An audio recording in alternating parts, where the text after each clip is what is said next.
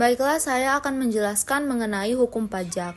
Pajak sendiri adalah kontribusi wajib kepada negara yang terutang oleh orang pribadi atau badan yang bersifat memaksa berdasarkan undang-undang, dengan tidak mendapatkan imbalan secara langsung dan digunakan untuk keperluan negara bagi sebesar-besarnya kemakmuran rakyat.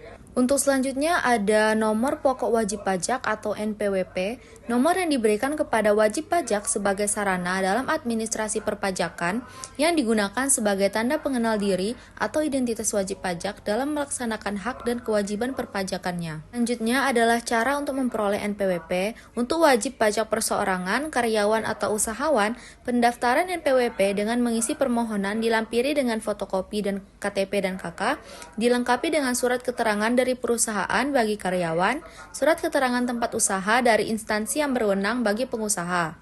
Untuk wajib pajak badan, pendaftaran NPWP dengan mengisi permohonan dilampiri dengan fotokopi akte pendirian, fotokopi KTP paspor, dan NPWP salah seorang pengurus, dan surat keterangan tempat usaha dari instansi yang berwenang. Untuk selanjutnya ada pendaftaran NPWP dan PKP melalui elektronik. Pendaftaran NPWP dan PKP bisa melalui elektronik melalui internet dengan mengunjungi situs Direktorat Jenderal Pajak dengan alamat sebagai berikut. Wajib pajak cukup memasukkan data pribadi dengan memvalidasi nomor KTP dengan KK untuk memperoleh NPWP. Nomor pengukuhan pengusaha kena pajak atau NPPKP, identitas yang diberikan kepada pengusaha saat dikukuhkan sebagai pengusaha kena pajak atau PKP. Identitas ini menandakan bahwa pengusaha tersebut telah resmi terdaftar sebagai PKP dan terikat oleh kewajiban pajak yang harus dipenuhi. Pemberian NPWP dan NPPKP secara jabatan. Penerbitan NPWP secara jabatan ini bertujuan untuk menertibkan administrasi kewajiban perpajakan bagi warga negara yang telah memiliki penghasilan atau menjalankan kegiatan usaha, termasuk bagi pelaku usaha mikro kecil dan menengah, yang menerima subsidi bunga untuk kredit guna mendukung program pemulihan ekonomi nasional.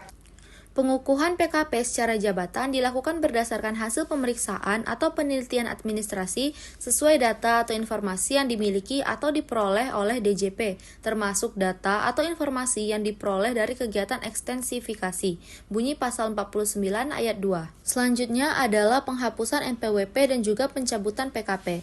Alasan dilakukannya penghapusan NPWP yaitu tidak lagi beroperasi sebagai instansi pemerintah, pembubaran instansi pemerintah yang disebabkan karena penggabungan instansi pemerintah, serta tidak mendapatkan alokasi anggaran pada tahun anggaran berikutnya. Alasan dilakukannya pencabutan PKP yang pertama, PKP dengan status wajib pajak non-efektif.